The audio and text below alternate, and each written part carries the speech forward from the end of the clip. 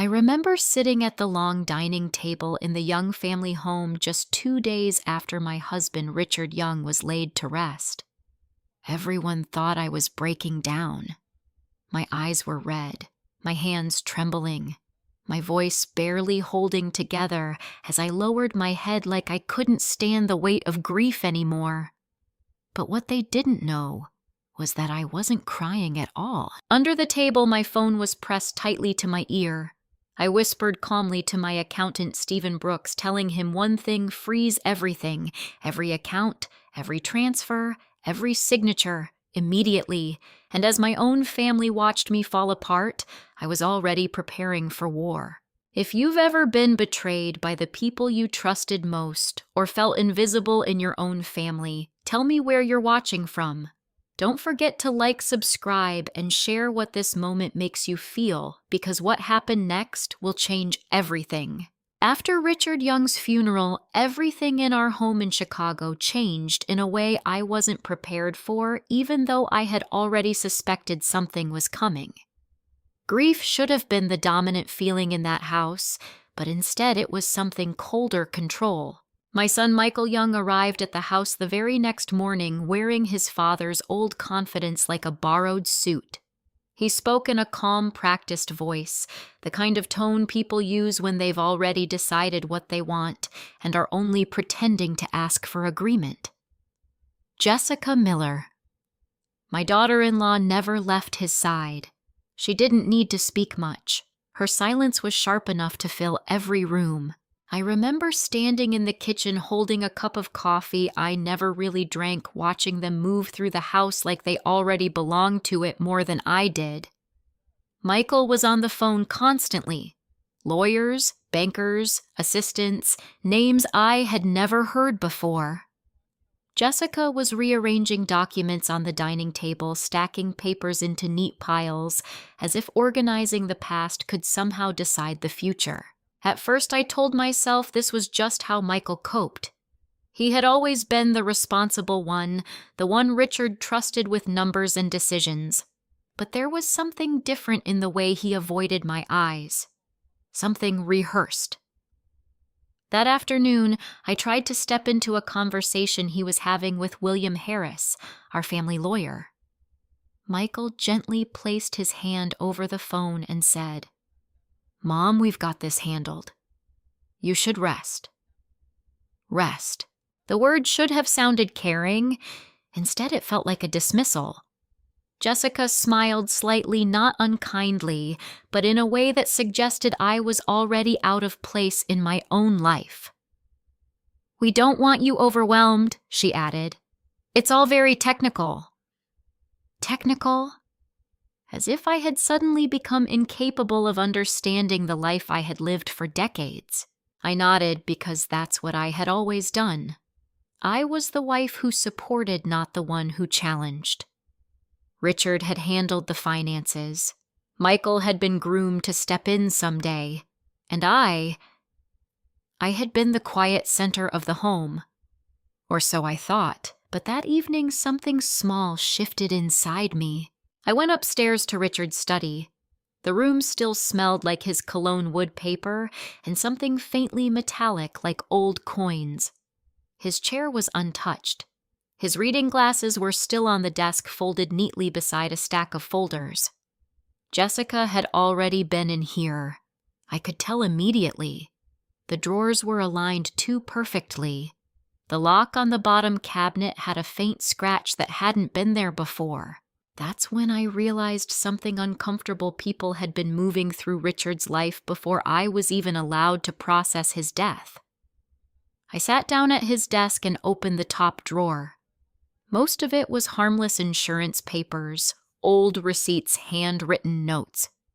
But in the back, hidden behind a stack of legal envelopes, I found something that made my stomach tighten.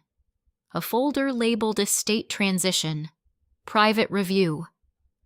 My hands hesitated before opening it.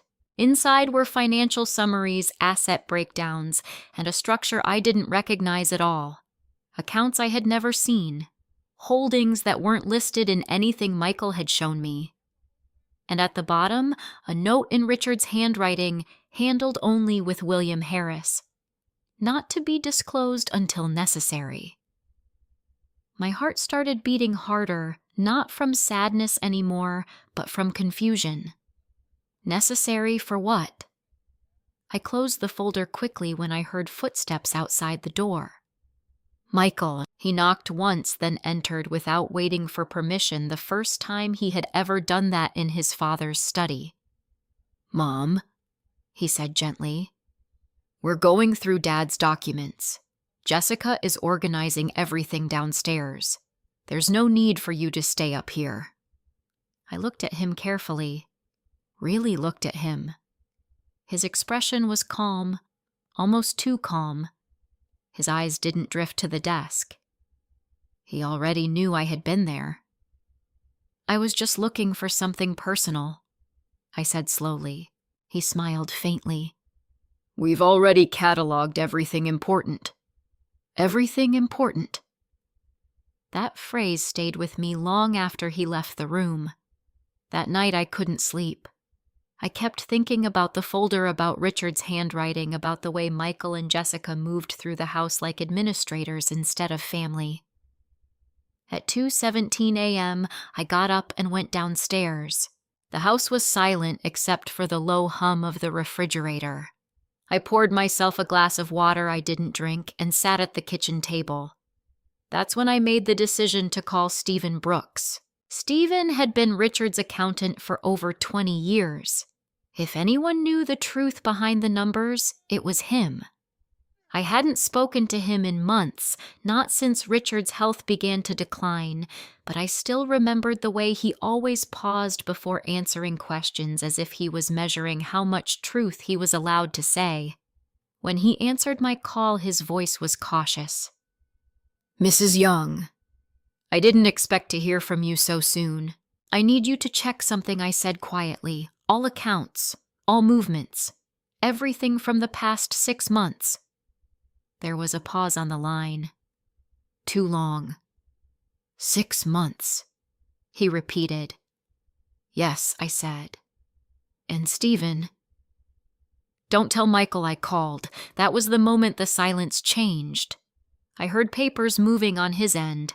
A keyboard. Then nothing for several seconds. "Mrs. Young," he said finally, more carefully. "Now, I think you should come see me in person." My grip tightened around the phone. "What did you find?" I asked. But he didn't answer directly. Instead, he said something that made the air in the kitchen feel suddenly heavier. "Some of these transactions, they were authorized before your husband passed away, but not in the way you would expect." I felt my chest tighten. "What does that mean?" Another pause. "It means," he said slowly, "that someone was already preparing for control of everything, long before the funeral." And in that moment, sitting alone in my kitchen while my family slept upstairs believing I was just a grieving widow, I realized something terrifying. Richard's death might not have been the beginning of anything. It might have been the end of a plan already in motion, and I was standing right in the middle of it, without knowing who had written the rules. The next morning after that call with Stephen Brooks, I woke up with a heaviness in my chest that had nothing to do with grief anymore. It was something sharper, something more alert.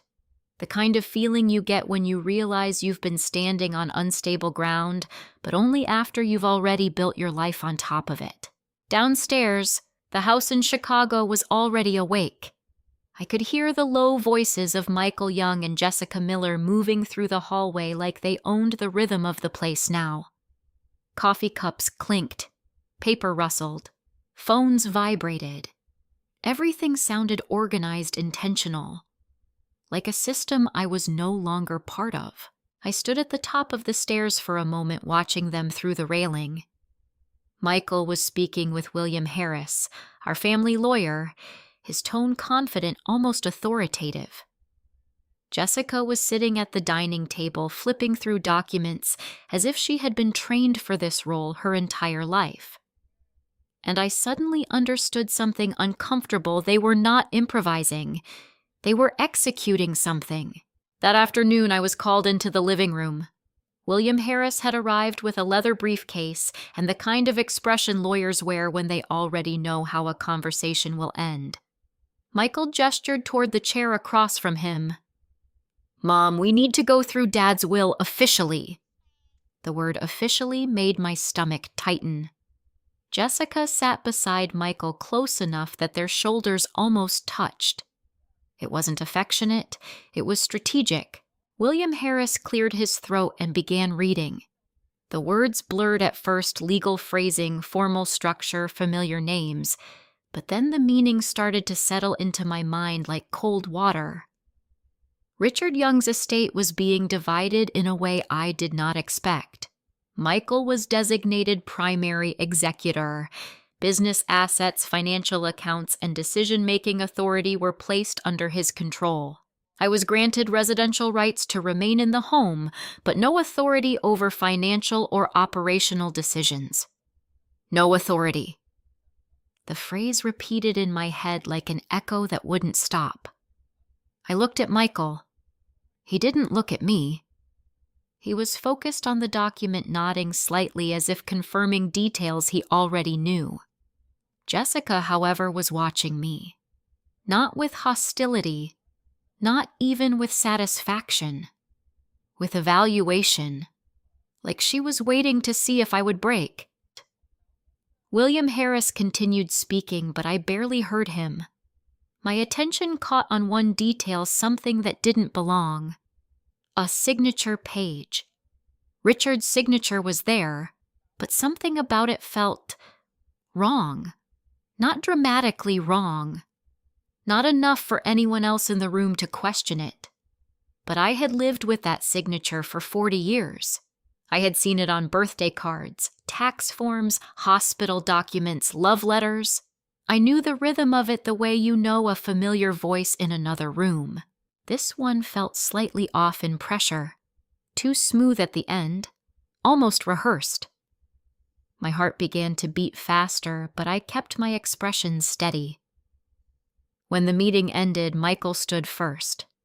"We'll handle the transition smoothly," he said, like he was reassuring a board of directors rather than his own mother. Jessica added softly, "We're doing what's best for everyone." Everyone. But she didn't look at me when she said it. That evening I retreated to Richard's study again. The room had become my only place of truth. Everything else in the house felt staged now, like I was living inside a performance I hadn't auditioned for. I closed the door behind me and sat at his desk.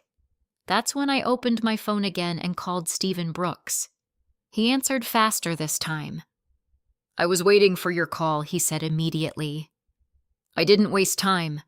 Tell me everything you found." There was a long pause. Then the sound of papers again. "Mrs. Young," he said carefully. "I've gone through the last 6 months of financial activity. And," his voice lowered, "there are multiple layers of restructuring. Accounts being moved, assets being reclassified. But what's unusual is the timing." My fingers tightened around the phone. "Explain." He exhaled slowly. "Most of these changes were initiated before your husband passed away." I closed my eyes for a moment, so he knew I asked quietly. "That's what I thought at first," Stephen replied. But then I checked authorization logs. My chest tightened, and another pause. Not all approvals match his verified signature pattern. Some were executed digitally. Others were done through third-party authorization channels tied to Michael Young. The room felt colder. "You're saying my son had access to his accounts while Richard was still alive?" "I'm saying," Stephen replied carefully, "that someone had structured access before your husband's condition worsened, and the control pathways were already in place before the funeral." I stood up slowly from the chair. "That's impossible," I whispered more to myself than to him. But Stephen didn't agree or disagree. Instead, he said something that made my stomach drop even further. There's more, Mrs. Young. One of the entities receiving transfers isn't a personal account. I froze. What is it then? A private holding company, he said. Created under a name that doesn't appear in any family records. My voice went quieter. Whose name? A pause. Then Jessica Miller. Silence. Not the kind of silence that feels empty, but the kind that feels heavy enough to press against your chest. I sat back down slowly. Jessica Miller. My daughter-in-law. The woman who had smiled politely at my grief. The woman who had told me I was being taken care of. Stephen continued cautiously. There's significant movement of assets into that structure, and Michael Young is listed as co-authorized on several transactions. My mind was trying to catch up, but something inside me already understood. This wasn't confusion. This was coordination. A system. A plan. A structure built long before I was ever allowed to see it. I ended the call without fully realizing it. My hand was shaking slightly as I placed the phone on the desk. For a long time, I just sat there in Richard's study staring at nothing. The house outside was quiet. Too quiet. And for the first time since Richard's funeral, I stopped thinking of myself as a grieving wife. I started thinking like something else entirely. Someone who had just realized that the story she was living in was not written around her loss, but around her replacement. And I wasn't sure yet whether I had been pushed out or carefully removed. After I ended the call with Stephen Brooks, I stayed seated in Richard's study for a long time without moving. The air in the room felt different now, like it had shifted from mourning to something far more dangerous realization. Outside, life in the Young household continued as if nothing had changed. I could hear faint footsteps in the hallway, the soft closing of drawers, the distant ring of Michael's phone. Everything sounded normal. Too normal. But inside me, nothing was normal anymore. Stephen's words kept replaying in my mind. Jessica Miller, co-authorized transactions, private holding company, structured access before Richard's death. I pressed my fingers against my temples. It didn't make sense. Jessica had always been polite, carefully polite. Not warm, not affectionate, but respectful in a way that felt rehearsed. The kind of respect people show when they want to be seen as harmless. And Michael, my own son, involved in financial structures I had never seen. I looked around Richard's study again, but this time I wasn't searching for memories. I was searching for evidence. That's when I noticed something I had overlooked before. The bottom cabinet. It had a dual lock system. One mechanical, one digital. I had never seen Richard use it. I knelt slowly and tried the handle. Locked. My heart beat a little faster, not from fear, but from curiosity, now mixed with something colder purpose. I went downstairs and passed Michael and Jessica in the kitchen. They were speaking quietly but stopped when I entered. That pause alone told me everything I needed to know. I was now part of their awareness again. "Morning, Mom," Michael said casually. "Morning," I replied, my voice steady. Jessica smiled lightly. "Did you sleep okay?" A simple question, but it felt like surveillance disguised as kindness. I did. I lied. I poured myself coffee and left the room, but instead of going upstairs, I walked straight back to Richard's study, and this time I decided I wasn't going to wait for permission. I called Stephen again. "I need you to help me access something I said." There was a pause on his end. "That cabinet in Richard's study," I continued. "The locked one. Do you know anything about it?" Another pause. Longer this time. "I was wondering when you'd find that," he said, quietly. My grip tightened. "So you know about it?" "Yes," he replied. "But I was instructed not to mention it unless you started asking the right questions." My breath slowed. "What's inside it?" Stephen hesitated, then said, "Proof." One word, heavy enough to change the temperature of the room. "Proof of what I asked." His voice dropped lower. "Proof that your husband was anticipating something happening inside the family long before his death." I closed my eyes. "You mean Michael?" I said, quietly. Stephen didn't confirm it directly, but he didn't deny it either. Instead, he said, "There are documents in that cabinet that were never meant to be part of probate.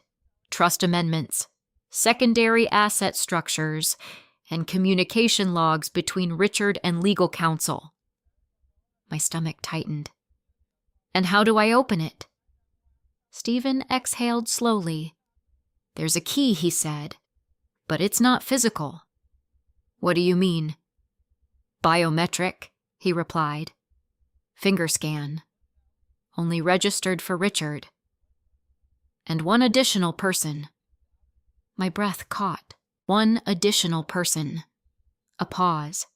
Then Stephen said something that made my entire body go still. "You." For a moment, I didn't respond. I couldn't. Richard had never told me.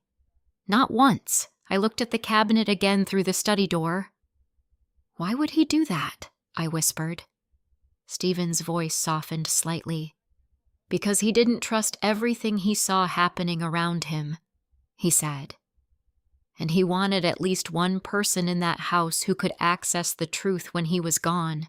My chest tightened in a way that wasn't sadness anymore. It was something closer to shock, and something else I wasn't ready to name. I hung up and stood there for a long moment. Then I did something I had never done before in my own home without hesitation. I locked the study door from the inside. My hands were steady now. I walked toward the cabinet slowly. Every step felt like crossing a line I could never step back over. I placed my finger on the scanner. Nothing happened. I tried again. Still nothing. My heart sank slightly. Then I remembered Stephen's words more carefully. Registered for Richard. And one additional person. Not just any finger. A specific one. I looked down at my hands, and suddenly I understood. Richard had never been sentimental about things like this.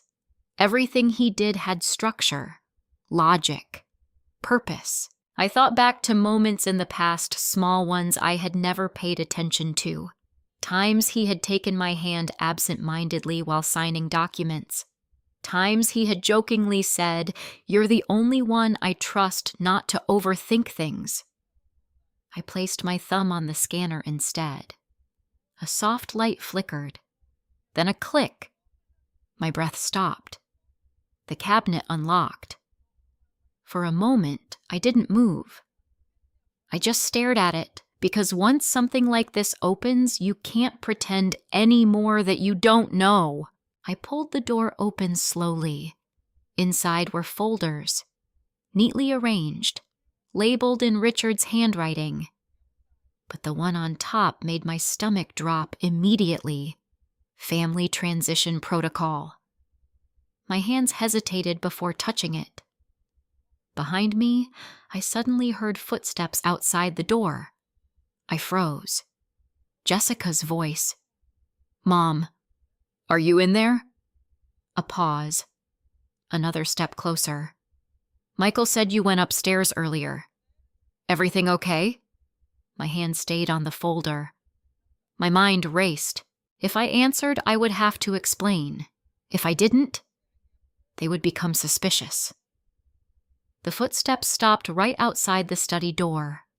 Silence. Then Jessica again, softer this time. "Anna." My fingers slowly released the folder. I closed the cabinet halfway, just enough to hide what was inside, and I walked toward the door. But as my hand reached for the lock, I realized something with absolute clarity. Whatever Richard had prepared in that cabinet was not just protection. It was a system, and I had just activated it. When I opened the study door, Jessica Miller was standing right there in the hallway, her hand still raised as if she had been about to knock again. For a fraction of a second, neither of us spoke. The silence between us felt deliberate, like both of us were measuring what the other already knew. "Mom," she said softly, her voice calm but carefully controlled. "Is everything okay in there?" I forced a small, tired expression onto my face.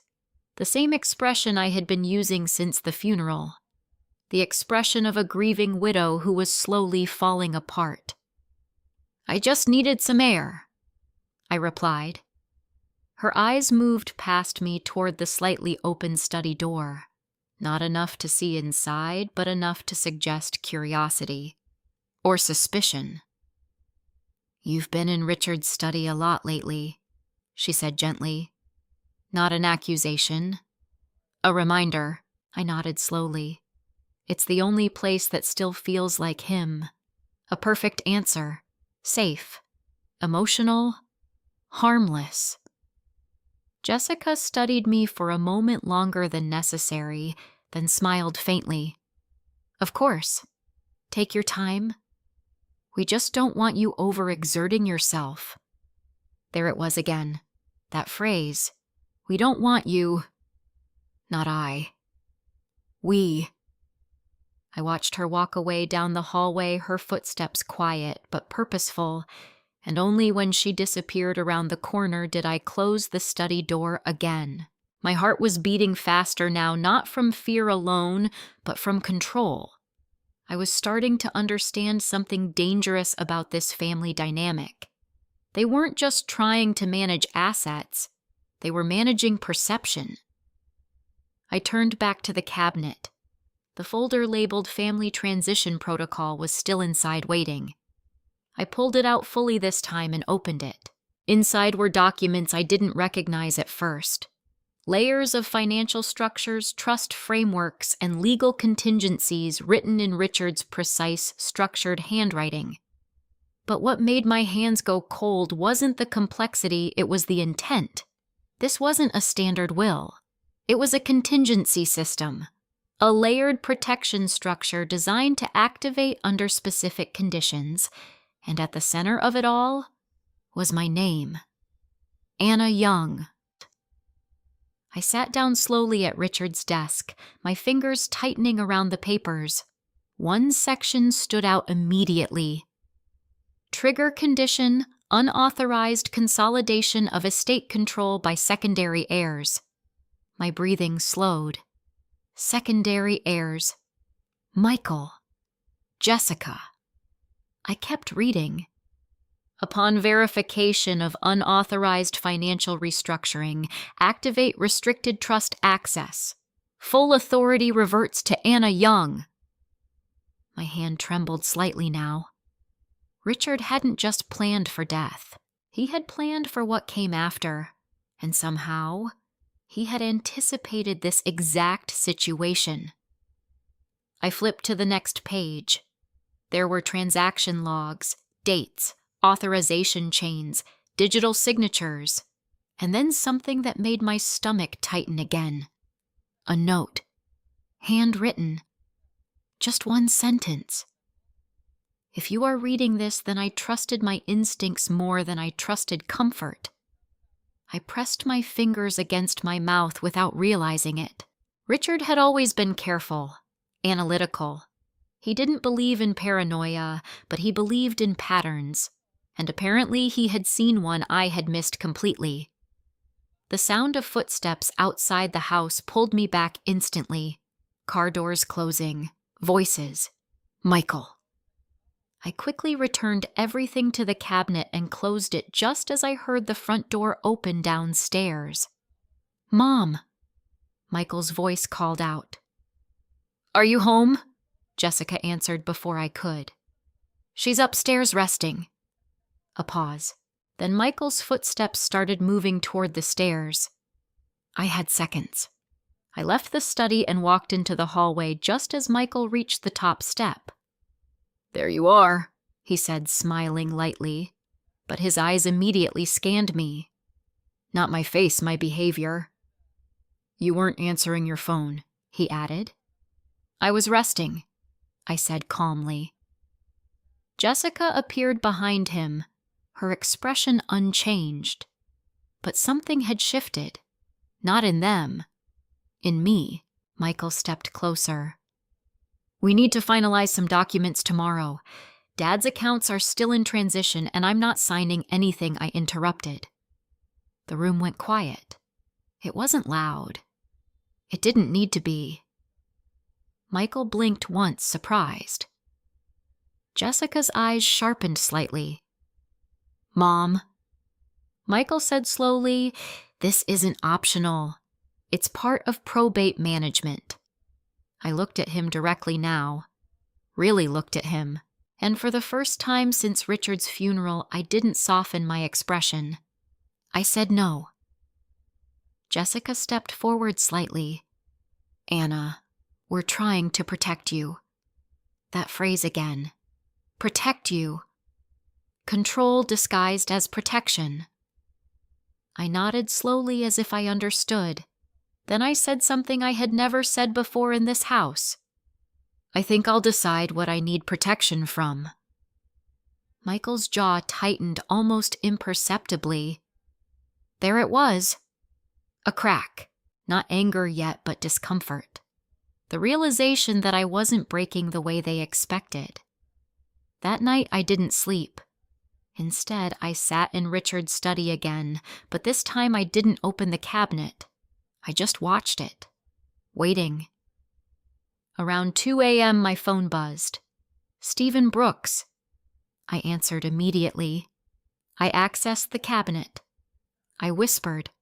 There was a pause on his end. Then carefully, and I found the trust I said. Another pause. Longer this time. Then Stephen spoke, his voice lower now. "Then you understand what this means." I closed my eyes. "Yes," I said quietly. "It means Richard saw this coming." "No," Stephen replied. My eyes opened. His voice hardened slightly. "It means he didn't just see it coming, Anna. He built a response for it." A chill ran through me. "And now I asked." Stephen exhaled. "Now he said the system is waiting for activation." I looked at the cabinet again in the dark room, and for the first time I wondered something I hadn't allowed myself to consider before. If Richard had built a system like this, then what exactly had he been protecting me from? And what would happen when I finally turned it on? The morning after Stephen told me the system was waiting for activation, I woke up with a strange sense of stillness. It wasn't peace. It wasn't relief. It was the quiet before something irreversible happens. Downstairs, the house felt different again. Not louder, not more chaotic, just more controlled. Michael Young had already left for a meeting, and Jessica Miller was in the kitchen speaking softly on the phone. Her tone was polite, but there was a sharpness underneath it now that I hadn't noticed before. When she saw me enter, she ended the call immediately. "Good morning, Anna," she said carefully. "Good morning," I replied. But neither of us smiled. There was a shift between us now. Not open hostility. Something more dangerous awareness. Jessica watched me as I poured coffee. "Michael said you refused to sign the transition documents." I didn't look at her. I said I needed time. She nodded slowly as if accepting that explanation, but her eyes didn't soften. These things get complicated if delayed too long. It was subtle, but it was there. A warning disguised as concern. I took my coffee and walked past her. "I'll keep that in mind." I didn't wait for her response. In Richard's study, I locked the door again. The cabinet was still there, silent, waiting. Stephen's words replayed in my mind. The system is waiting for activation. I sat at the desk and opened my laptop, pulling up everything I could remember from Richard's documents: names, trust, labels, terminology. The more I studied it, the clearer the structure became. It wasn't just a trust. It was a layered legal firewall, designed to do one thing: strip control away from anyone who gained access through manipulation or unauthorized restructuring. And at the center of it was a trigger protocol, but I still didn't fully understand the consequence of activating it. I called Stephen. He answered on the second ring.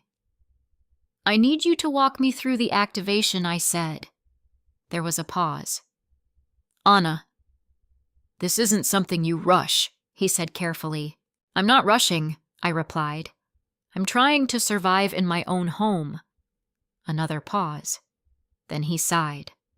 "All right, but you need to understand what happens after you initiate it." "I already know they're trying to take control," I said. "That's only part of it," Stephen replied. "Once the system is triggered, it doesn't just freeze assets. It initiates an audit cascade." "Audit cascade," I repeated. "Yes," he said. "Every transaction, every signature, every authorization linked to the estate gets pulled into forensic review, including internal family transfers." I felt my stomach tighten slightly. "And Michael?" I asked quietly. Stephen didn't answer immediately. That silence was enough. "He will be reviewed," he finally said. "So will Jessica Miller." I leaned back in the chair. "And if something illegal is found?" Stephen's voice lowered. "Then it doesn't stay private." I closed my eyes. It meant exposure. Legal exposure. Financial exposure. Personal exposure. This wasn't just a power shift. It was a collapse. That evening, Michael came home earlier than usual. I was in the kitchen when he walked in. Jessica followed a few minutes later carrying a folder. "Mom," Michael said, his voice unusually calm. "We need to talk." I turned slowly. Jessica placed the folder on the table. "We've prepared revised documents for review." I didn't move. Michael stepped closer. "This is just procedural. Dad's estate needs structure. The sooner we finalize, the smoother everything will be." Smooth for who, I asked quietly. The question landed heavier than I intended. Jessica's expression tightened slightly. "For the family." There it was again. The family. As if I wasn't part of it. Michael exhaled slowly. "Mom, you're making this harder than it needs to be." I looked at him. Really looked at him. "You think I'm making this hard?" I asked softly. He didn't answer immediately. Jessica stepped in. "We're trying to prevent confusion and legal delays. You've been emotional since my husband died," I interrupted. Silence. Not an apology, not correction, just silence. I placed my cup down carefully. "I understand what you're trying to do." Michael relaxed slightly, thinking I was yielding. But I wasn't. "I just don't agree with it," I finished. His expression shifted, a flicker of frustration. "Anna," he said more firmly now, "this isn't about agreement. It's about responsibility." Something inside me snapped. Not loudly, not dramatically. Quietly, like a thread finally reaching its limit. "I carried responsibility in this family for 40 years, I said. "Don't lecture me about it now." The room went still. Jessica's eyes narrowed slightly. Michael didn't speak for a moment. Then he said something different. Not loud, not angry, carefully controlled. "Mom, Are you sure you understand what's happening here? That question. It wasn't curiosity. It was testing. I held his gaze. Yes, I said. I think I'm beginning to. That night I didn't go to bed. Instead, I sat in Richard's study again. The cabinet was no longer just an object. It felt like a decision. Around midnight, Stephen called again. They're accelerating their filings, he said immediately. What does that mean? I asked. It means Michael is trying to finalize control before anything else changes legally, Stephen replied. He's moving faster than expected. My grip tightened. Why now? Stephen hesitated. Because he might suspect you know something. I looked at the cabinet. For the first time, I didn't feel uncertainty. I felt timing. How long do I have? I asked. A pause. Not long, Stephen said. Maybe days. Not weeks. I closed my eyes. Everything had narrowed. Every conversation, every silence, every look in this house.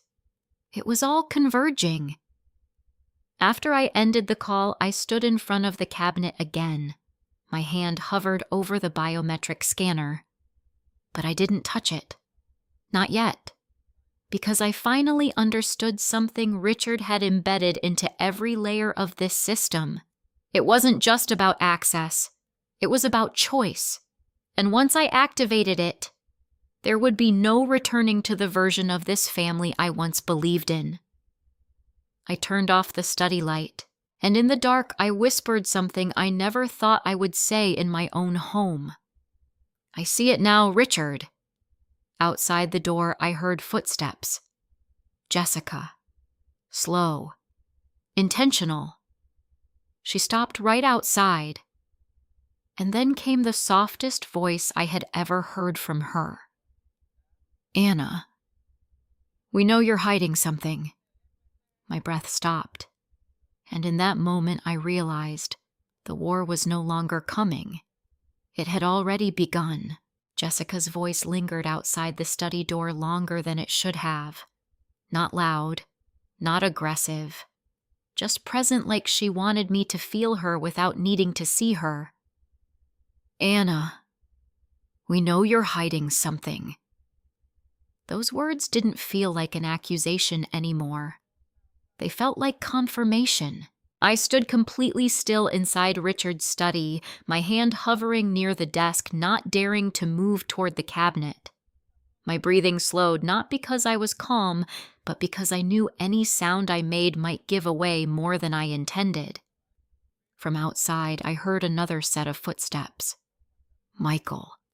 Now both of them were there. A coordinated presence. A pressure closing in from both sides. Mom, Michael said, his voice lower than usual. We need to talk. Open the door. Not a request anymore. A directive. I looked at the cabinet behind me. The system inside it felt heavier now, like it was aware of the situation outside the room. But I didn't move. Because I understood something critical in that moment, once I opened it under pressure, I would no longer be acting with clarity. I would be reacting.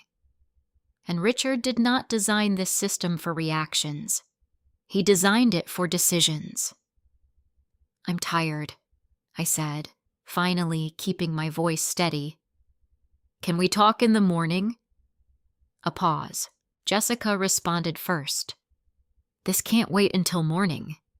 Her tone had changed. The softness was gone. Now it was structure. Control. Michael added, We're trying to avoid legal complications, Mom. Just open the door. Legal complications.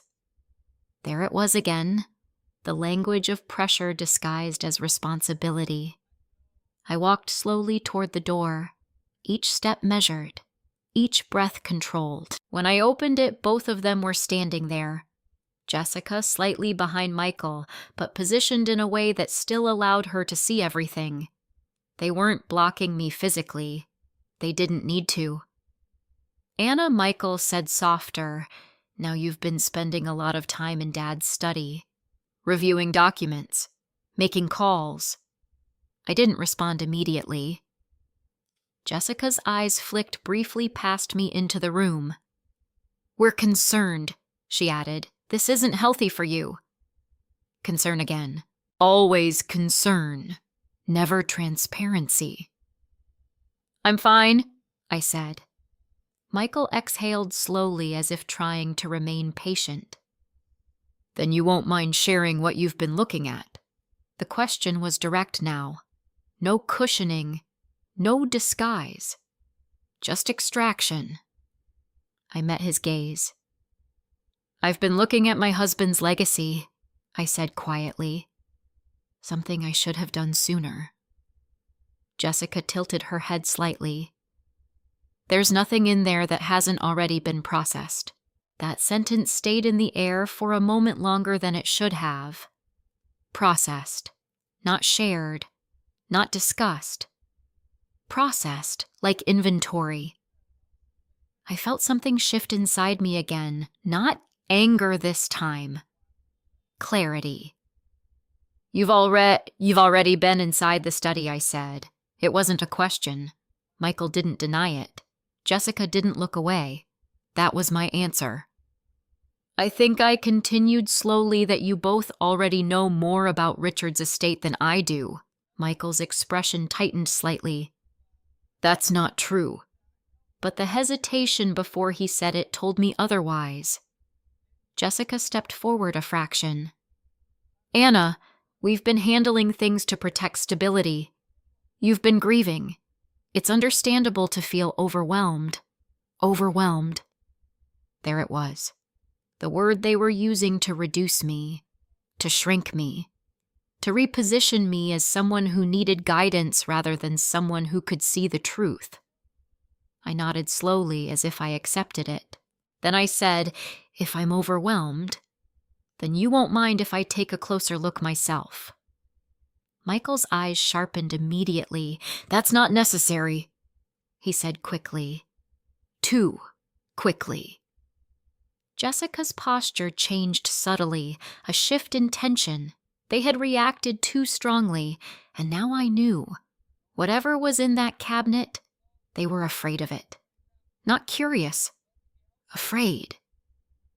I stepped slightly back into the study. "Then I assume you already know what's inside," I said. Silence. Not denial. Not confirmation. Just silence. That silence told me everything I needed. Michael took a small step forward. "Mom, please don't turn this into something it isn't." I almost laughed, but I didn't, because something inside me had already changed. I think I said quietly, "It's already something." Jessica's eyes narrowed slightly. "What exactly are you implying?" I looked at both of them for a long moment. Then I said the first honest sentence I had spoken since Richard's funeral. "I think Richard prepared for you." The air changed instantly. Michael's jaw tightened. Jessica didn't move, but her expression hardened in a way she could no longer hide. "That's not possible," Michael said immediately, but his voice lacked certainty. It was defensive, not factual. I stepped back into the study and closed the door halfway, not enough to lock them out, but enough to create separation. I think I continued calmly. He anticipated what would happen after his death, and I think he built something to respond to it. Jessica let out a soft breath. That sounds like paranoia, but she wasn't looking at me anymore. She was looking at the cabinet. That small shift told me more than her words. Michael followed her gaze, and for the first time, I saw something different in his expression. Recognition, or fear of recognition. I didn't move. I just watched them both realize that I was no longer guessing. I was connecting. I don't know what you think you found, Michael said carefully, but whatever is in there, it's not something you should be handling alone. That sentence confirmed it again. They knew, or at least suspected. I nodded slowly. Then maybe I shouldn't be alone. Jessica stepped closer to Michael, her voice lower now. Anna, whatever you think is happening, you need to step back. Step back, another control phrase. But this time it didn't land, because I wasn't standing back anymore. I was standing in it, and for the first time I said something I knew would change the structure of the room. No, just one word, but it cut through everything. Michael stared at me now, really stared. Mom, he said slowly, what are you doing? I looked past him, not at him, at the cabinet, at Richard's system, at the truth that had been waiting. And I said quietly, I think I'm about to find out what your father was trying to protect me from. Jessica's face tightened, and in that moment I saw it clearly. Not just tension, not just control, fear of loss, not of me, of something I hadn't opened yet. I stepped fully into the study and closed the door. This time I locked it. Behind me I heard Michael's voice rise slightly. Anna, don't do this. But I was already moving, toward the cabinet, toward the fingerprint scanner, toward the point of no return. My hand hovered over it, and for a second I hesitated, not because I doubted, but because I finally understood. Once this system activated, I would no longer be the woman they thought was grieving. I would become the variable they could no longer control. I placed my thumb on the scanner, and the light turned green. The green light from the scanner didn't just illuminate my thumb, it changed the entire atmosphere of Richard's study. For a brief moment, nothing happened. No sound, no movement. Just silence so deep it felt intentional. Then the cabinet clicked. A soft mechanical release, almost polite, like it had been waiting for exactly this moment. Behind me, I heard the door handle jolt. Anna Michael's voice snapped through the wood. Stop! Don't open that! But it was already too late. The cabinet door swung open slowly, revealing a structure inside that I had never seen before. It wasn't just files. It was layered storage physical documents, encrypted drives, sealed envelopes, and a single black metal folder placed at the center, like it mattered more than everything else combined. My hands hesitated for half a second. Not fear. Wait. Because I understood instinctively that once I touched anything inside, there would be no returning to ignorance. I reached for the black folder. The moment my fingers made contact, the study door behind me rattled again. Jessica's voice sharper now. Anna, open this door right now! But I didn't respond. I opened the folder. Inside was a document titled Richard Young, Contingency Trust Activation File. My breath slowed. At the top of the page, Richard's handwriting appeared again, familiar, precise, controlled. If you are reading this, the internal structure of my estate has been compromised. My stomach tightened slightly. Compromised. Not mismanaged. Not confused. Compromised. I continued reading. Primary beneficiaries may attempt consolidation of control under the assumption of legal authority. This document exists to override such actions. My hands trembled slightly now, but I forced myself to continue. There were diagrams, flowcharts of financial control, legal triggers, and layered trust mechanisms I had never known existed. And then I saw it. My name again. Anna Young. But this time, it wasn't just listed. It was designated. Primary Override Authority. I sat down slowly at Richard's desk.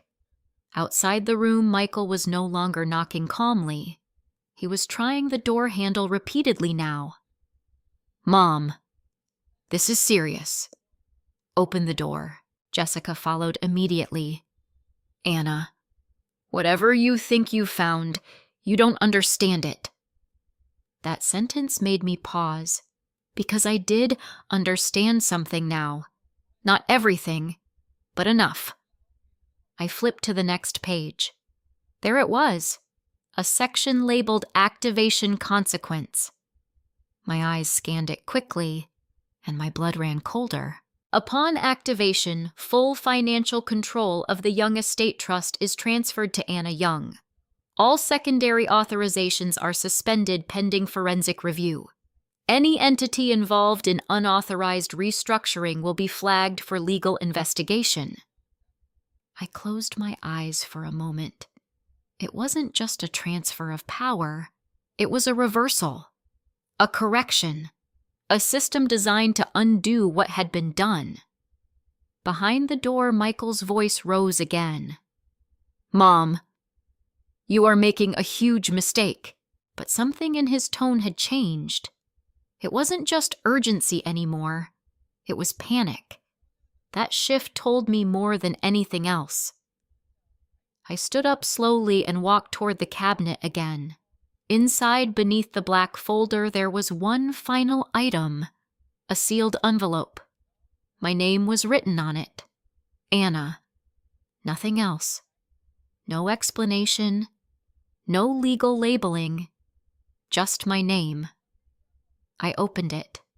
Inside was a letter. Richard's handwriting again. But this one felt different.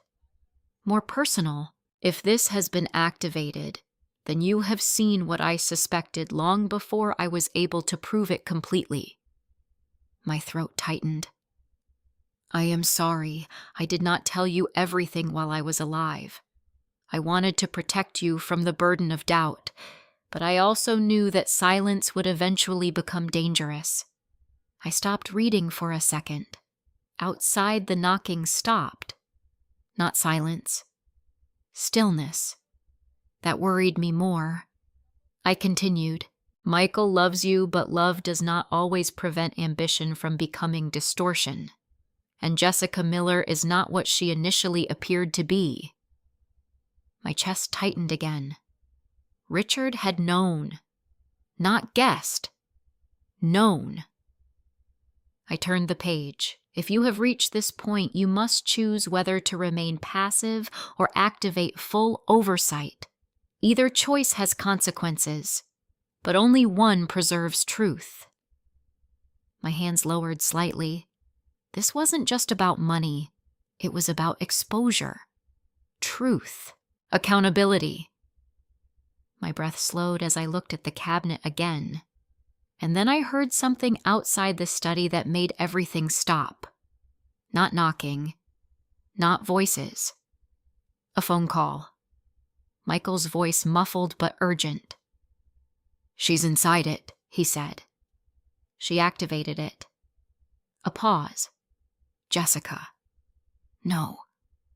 She couldn't have. Another pause. Then Michael again, lower now. "She did." Silence followed, and in that silence I understood something irreversible. They were not guessing anymore. They were confirming. I folded the letter slowly. Then I placed it on the desk.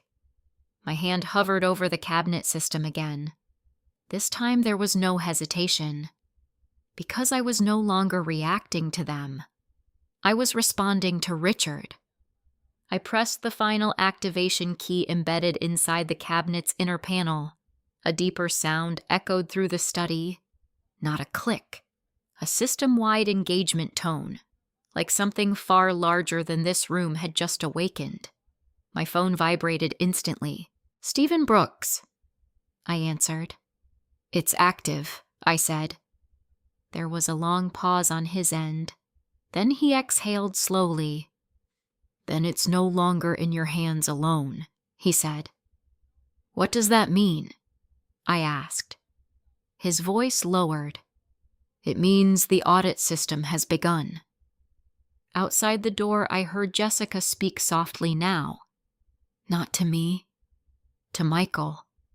She triggered it. And for the first time, there was no confidence in her voice, only certainty that something they had controlled for years was no longer theirs to control. I stood in Richard's study holding the truth he had left behind, and I realized the fight was no longer about suspicion, it was about survival.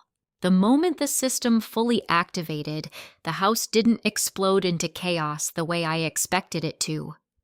It went quiet first. A deep, unnatural silence like the entire young residents in Chicago had paused to register something it didn't yet understand. I stood in Richard's study watching the cabinet's inner panel glow with a soft, steady light. It no longer felt like a piece of furniture. It felt like a decision that had already left my control and entered something much larger. My phone was still in my hand. Stephen Brooks hadn't hung up. "Stephen," I said quietly, "what is happening right now?" His voice came back immediately tighter than before.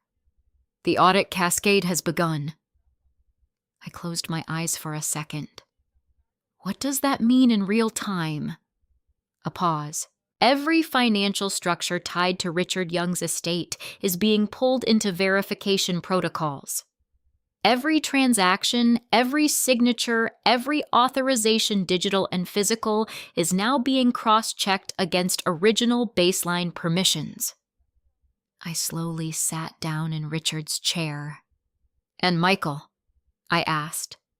Another pause. Longer this time. "His access rights are already being restricted." That was the moment I heard it. Outside the study, a sudden shift in movement. Fast footsteps. Not calm anymore. Urgent. Michael's voice sharper than before. "My account's just locked." "What is going on?" Jessica's voice followed immediately lower but tense. That shouldn't be possible unless she stopped. Unless what I didn't need to hear the rest. I already knew. They understood now. I stood up and walked toward the door. For the first time since this began, I didn't feel like I was stepping into uncertainty. I felt like I was stepping into consequence. When I opened the study door, both of them were in the hallway, but something had changed. The balance was gone. Michael's phone was in his hand screen, glowing with multiple alerts. Jessica was standing slightly behind him, her posture no longer composed. Her eyes kept flicking toward the study behind me. "You did it," Michael said immediately. "It wasn't a question." Jessica added quickly, "Anna, you don't understand what you've triggered." I looked at them both calmly. "I think I understand more than I did yesterday," I said. Michael stepped closer. "You've locked me out of company accounts. You've frozen estate transfers. Do you realize what this looks like legally?" There it was. Not emotion. Not family. Legal framing. Control. Language. I nodded slowly. Yes. Jessica's voice softened slightly, but it wasn't gentle. It was calculated again. "This system you activated, it will review everything, including transactions you don't fully understand yet." That sentence caught my attention. "Then explain it," I said quietly. She hesitated. "Just long enough for me to notice." "I can't," she said finally, and that was the first crack. Because if she were innocent, she would have immediately denied everything. Instead, she chose limitation. Michael ran a hand through his hair, visibly stressed now. "Mom, listen to me. This is going to escalate beyond your control. Lawyers, auditors, federal oversight, this won't stay inside the family." I almost smiled. "That's the point I said." Silence. Jessica stepped forward again. "You think Richard wanted this public exposure investigation?" I looked at her carefully. "No," I said. "I think he wanted truth." That word changed the air again. Michael's jaw tightened. "You're risking everything he built." I shook my head slowly. "No," I replied. "I think I'm finding out what was already being taken apart." For a moment, no one spoke. Then my phone vibrated again. "Stephen Brooks." I answered immediately. "They're reacting," I said. "I can see it," Stephen replied. "The system is flagging irregularities faster than expected." "What kind of irregularities?" I asked. There was a pause. Then his voice dropped lower. "Multiple offshore structures tied to Jessica Miller are now under verification." I looked up immediately. Jessica's face changed. Not dramatically, but enough. A micro-expression, a fracture in composure. Michael noticed it too. "Jessica." She didn't respond immediately. That silence was louder than anything else. I turned slightly away from them. "Stephen," I said into the phone, "confirm something for me." "Yes," he said. "Was Jessica Miller authorized at any point to access Richard's financial systems?" Another pause. Then, "No legitimate authorization exists under her name." I closed my eyes briefly, then opened them again. However Stephen continued, her digital footprint appears inside secondary authorization chains. That means access was granted indirectly. My grip tightened. "By who?" I asked. Stephen hesitated. "That's what the system is trying to determine now." I ended the call. When I looked back up, Michael was staring at Jessica. Not angrily, not yet, but differently, like something in his understanding had just shifted. "What did you do?" he asked quietly. Jessica's expression hardened instantly.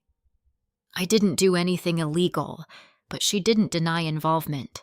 Not fully. That distinction mattered. I stepped back into the study doorway. I think I said calmly, "We're all about to find out what was happening when Richard was still alive." Michael turned toward me sharply. "This is destroying everything." I met his eyes. "No," I said softly. "I think it's revealing everything." For the first time, he didn't have a response immediately, and that silence told me more than any argument could. Outside, a notification tone sounded from Jessica's phone. She checked it quickly. Her face went pale.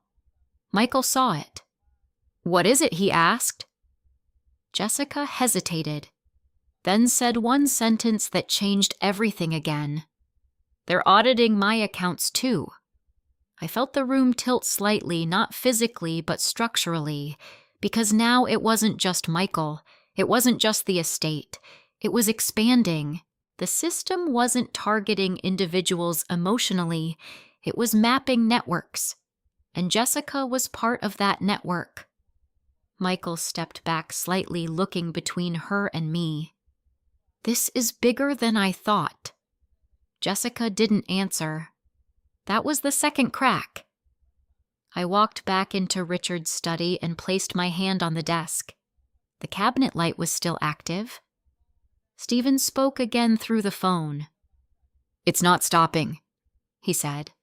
"Once initiated, it runs to completion." "And what is completion?" I asked. A long pause, then full forensic reconstruction of financial control history. I closed my eyes, meaning Stephen's voice was quieter now, meaning everything hidden will surface.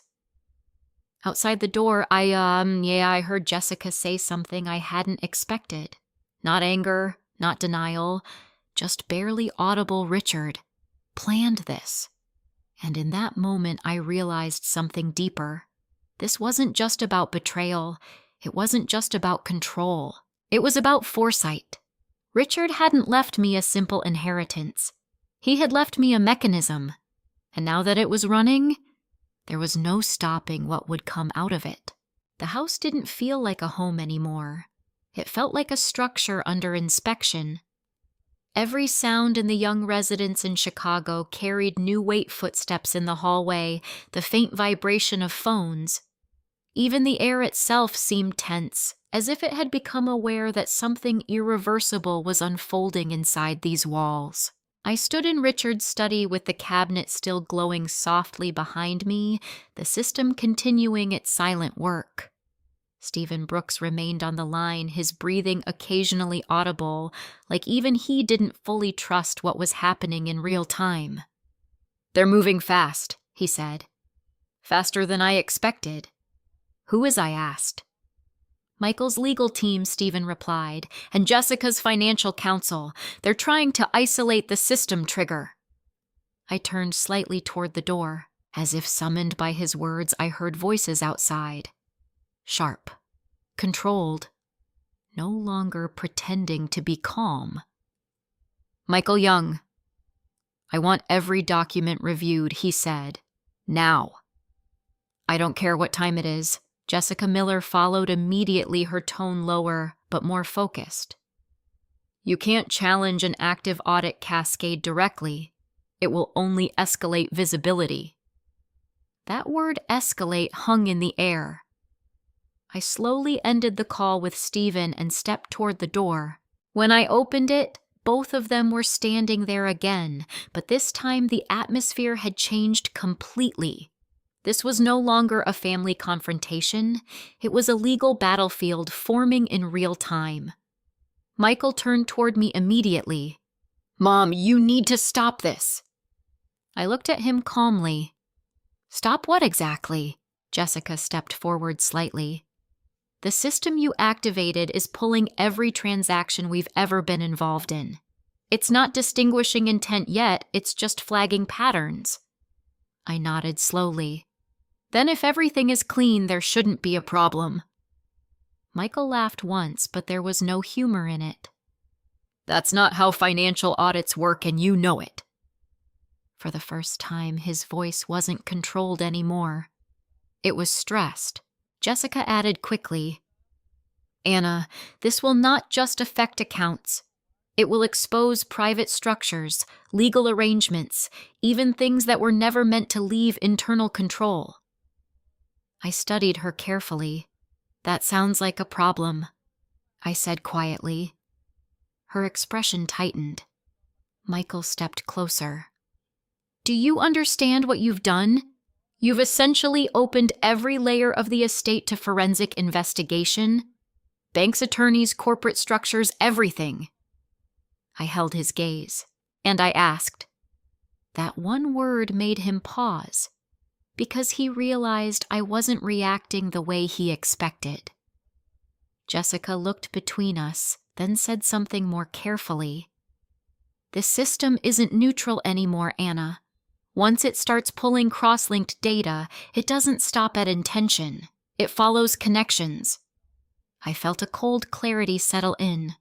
"Connections," I repeated. Stephen's voice came back through the phone I had reopened on speaker. "Yes," he said. "And that's where things are becoming complicated." Michael turned sharply toward the phone. "Who is that Stephen Brooks?" I said simply.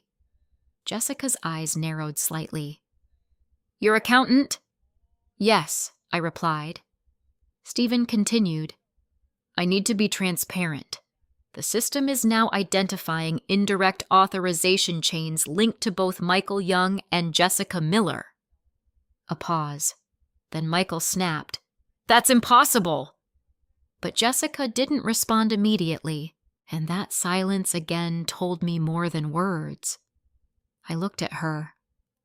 "You said earlier this would expose things never meant to leave internal control," I said. "What did you mean by that?" Her jaw tightened. Michael answered instead. "She means confidential financial structuring. Nothing illegal, but he said it too quickly, too rehearsed." Stephen interrupted. "Some of those structures are now being flagged as unauthorized modifications to original trust conditions. The air in the hallway changed instantly. Michael's expression hardened. We did not modify anything illegally. Jessica finally spoke, but her voice was quieter now. Not directly, she said.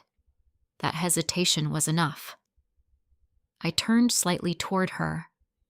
What does that mean? I asked. She didn't answer immediately, and in that delay I saw it clearly. The difference between truth and defense. Michael stepped closer to me. Mom, listen carefully. This system your husband built, it's not just reviewing data, it's reconstructing intent. That means anything misinterpreted could be escalated legally. I nodded slowly. Then we let it finish, I said. Jessica exhaled sharply. You don't understand what that means for all of us. And for the first time, I saw something behind her composure. Fear. Not of exposure alone, but of discovery. Stephen spoke again more urgently now. There's something you both need to know, he said. Michael immediately responded. What now? Stephen paused, then said, The audit system has identified pre-death authorization activity on Richard Young's accounts. My chest tightened slightly. Michael froze. What are you talking about? Stephen continued carefully. There were structured transactions initiated while Richard Young was still alive but under administrative access that does not match his verified signature profile. Silence. Jessica's face went completely still. Michael turned toward her slowly. What does that mean? He asked, quieter now. Jessica didn't answer immediately. Then Stephen added, It suggests someone had access to modify financial structures while Richard Young was still active as primary owner. My heart beat slightly faster. Michael repeated Jessica. She finally spoke, but her voice was different now, controlled but strained. I didn't directly authorize anything illegal, she said. That wasn't a denial. It was a boundary. Michael stepped back slightly. You were involved. Jessica's eyes flicked toward me for a brief moment, then away. And in that moment I understood something I hadn't before. This wasn't just about Michael's ambition. It wasn't just about inheritance. It was layered, connected, structured. Stephen broke the silence again. The system is escalating review priority, he said. This is moving toward full legal exposure. Michael ran a hand through his hair. This is going to destroy everything. Jessica whispered almost to herself. It was supposed to be controlled. That sentence landed heavier than anything else. I looked at her directly, controlled by who I asked. She didn't answer. And that was the final confirmation I needed.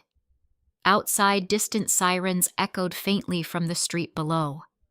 Not for us. Not yet. But something in the structure of our world had already shifted enough that I could feel consequences approaching. Michael looked at me again, but his expression had changed. Less anger, more realization. You really did activate everything, he said quietly. I nodded. Yes. A long silence followed. Then Stephen spoke one final time in that moment. Anna, the system is no longer just reviewing the past. I tightened my grip on the phone. What is it doing now? A pause. Then it's building a legal reconstruction model of accountability. I looked at both Michael and Jessica, and for the first time I saw not just a family in front of me, but a structure unraveling in real time. By the time the system reached full forensic reconstruction mode, the Young household no longer felt like a family home. It felt like a courtroom waiting for a verdict. The silence inside the Chicago residence was heavier now, not because no one was speaking, but because everyone understood that every word carried consequences. Even breathing felt measured, as if the house itself was recording intent. I stood in Richard's study with the cabinet still open behind me.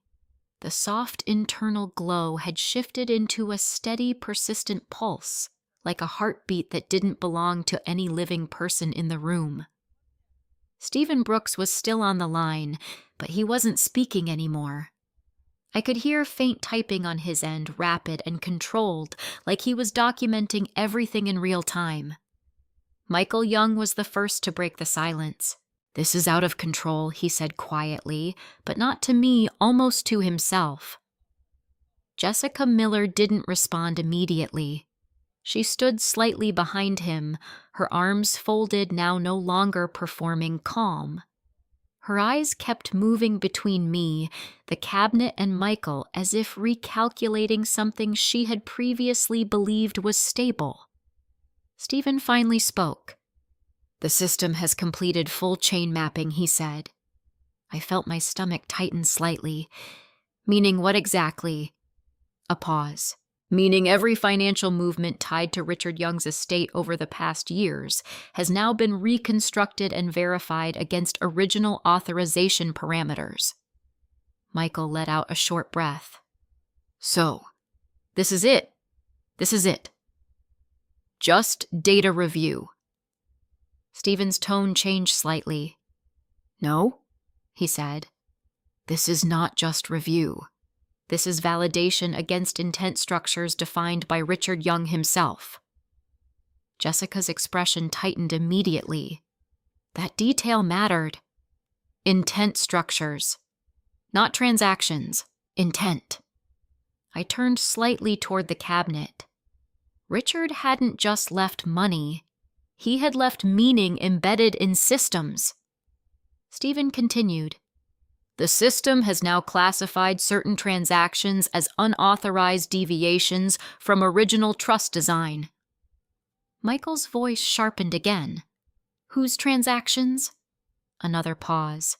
Then Stephen said, "Primarily those linked to Michael Young and Jessica Miller." The room changed instantly. Not emotionally. Structurally. Michael stepped back half a step without realizing it. Jessica's posture stiffened, her control slipping just slightly. "That's not accurate," Michael said quickly, but his voice lacked conviction now. Jessica finally spoke quieter than before. "This system is interpreting patterns, not intent." Stephen responded immediately. "It is doing both. That is the design." Silence followed again. I felt something inside me settle, not comfort but clarity. Richard hadn't built this to accuse anyone blindly. He had built it to distinguish truth from narrative. Michael looked at me directly now, and for the first time since this began, I saw something underneath his frustration. Fear. Not of me. Of outcome. "Mom," he said more slowly, "this is going to bring legal scrutiny we cannot reverse." I nodded gently. "I understand." Jessica stepped forward slightly. "Anna, listen to me carefully. If this continues at full scope, every private financial decision tied to this family will be exposed, not just recent activity, everything." Her voice tightened slightly on the last word. Everything. That was the part she was afraid of. I looked at her. "Then maybe everything needs to be seen," I said quietly. Michael shook his head. "You don't understand what that means, but I did understand something now. This wasn't about punishment, it was about exposure." Stephen spoke again. "There is one final stage remaining in the system's protocol." I straightened slightly. "What stage A? Pause. Public accountability transition." Michael froze. "What does that mean?" Stephen didn't soften it. "It means once internal validation is complete, flagged financial structures are escalated to external legal review entities." Jessica's face changed instantly. Not panic. Recognition. Michael turned toward her sharply. "Jessica." What is he talking about? She didn't answer immediately, and that silence told me everything I needed to know. Stephen continued. At that point, the system no longer remains private. I felt the weight of that sentence settle into the room. Public, legal, irreversible. Michael ran a hand over his face. This is going to destroy reputations. Jessica whispered something barely audible. It was never supposed to reach that stage. That sentence hit harder than anything before it. Because it wasn't denial, it was admission of expectation. I stepped forward slightly. Then what stage was it supposed to stop at? I asked quietly. Jessica looked at me now, and for the first time her composure fully cracked.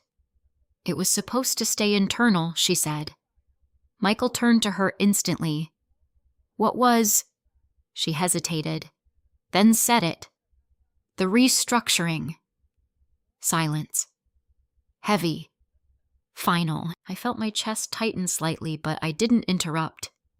Jessica continued, her voice lower now.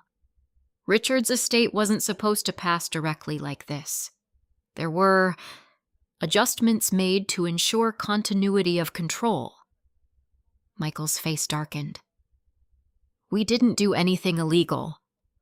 Jessica shook her head slightly. Not illegal. Just modified. That word again. Modified. I looked at her carefully. Modified by who I asked. She didn't answer immediately, and in that pause, Stephen spoke again. The system has identified authorization overlap between Jessica Miller and third-party legal structuring entities. Michael turned sharply. What entities? Stephen replied. Private advisory networks linked to estate management restructuring prior to Richard Young's passing. The room went still again. Jessica's expression tightened further. I finally understood the structure. This wasn't spontaneous. It wasn't opportunistic. It was designed involvement. Michael stepped back slightly now, looking between me and Jessica like the ground beneath him had shifted. This was planned, he said quietly. Jessica didn't deny it. That was the answer. I looked at her, not with anger, with understanding. You didn't just appear after Richard died, I said slowly. Jessica's voice was barely above a whisper now. No. Michael turned away slightly, shaking his head. How far does this go? Stephen answered before anyone else could. The audit has now completed full dependency mapping. All involved entities have been identified. I closed my eyes for a moment. It was over. Not emotionally, structurally. I opened them again and said softly, Then it's finished. Jessica looked at me. Something in her expression softened, but not in relief. In consequence. Michael exhaled slowly, almost breaking. So what happens now? He asked. I looked at the cabinet one final time. The system light dimmed slightly, as if acknowledging completion. Stephen spoke one last time. Now he said the system transitions to legal output generation. I understood what that meant. Documentation. Evidence. Truth converted into record. I placed my hand on the cabinet and closed it gently, not with force, but with acceptance. When I turned back, Michael was no longer standing as someone trying to control the situation. He looked like someone who finally saw the full shape of it. Jessica stood still, no longer performing anything, just present. I spoke quietly. This wasn't about taking anything from you, I said. It was about revealing what was already taken. No one responded. There was nothing left to argue. Stephen's voice softened slightly. Anna, he said you should prepare for what comes next. I nodded. I already have. Because in that moment, I understood something I hadn't at the beginning. This wasn't just Richard's system. It was his final truth. And I was no longer the woman crying in the dining room while pretending to grieve. I was the one holding the outcome of everything he had protected me from. Outside the house remained silent, but inside it, everything had already changed. In life, we often believe that family is the one place where we are fully safe, where trust doesn't need to be questioned and love protects us from everything. But sometimes the truth is more complicated. Silence can hide intentions. Kindness can be used as control. And the people we trust the most may already be making decisions that affect our entire future without ever telling us. Anna's story is not just about betrayal or financial conflict. It is about awareness, the painful moment when you realize that being kept out of decisions is not always protection, but sometimes quiet exclusion. It is about understanding that strength is not always loud. Sometimes it is the ability to observe, to wait, and to see clearly before acting. But the most important lesson is this: even in moments of loss, confusion, and emotional vulnerability, we still have the right to seek truth. We still have the right to question what doesn't feel right. And we still have the power to reclaim our voice, no matter how long it has been silenced. Anna didn't win because she was the strongest person in the room. She won because she refused to stay blind to what was unfolding around her. And in doing so, she didn't just uncover financial truth, she rediscovered her own strength. If this story touched you, take a moment to reflect. Have you ever ignored a feeling that later turned out to be right? Share your thoughts in the comments. I would truly love to hear your perspective. And if you enjoy emotional storytelling like this, don't forget to like this video and subscribe to the channel for more powerful family drama stories that stay with you long after they end.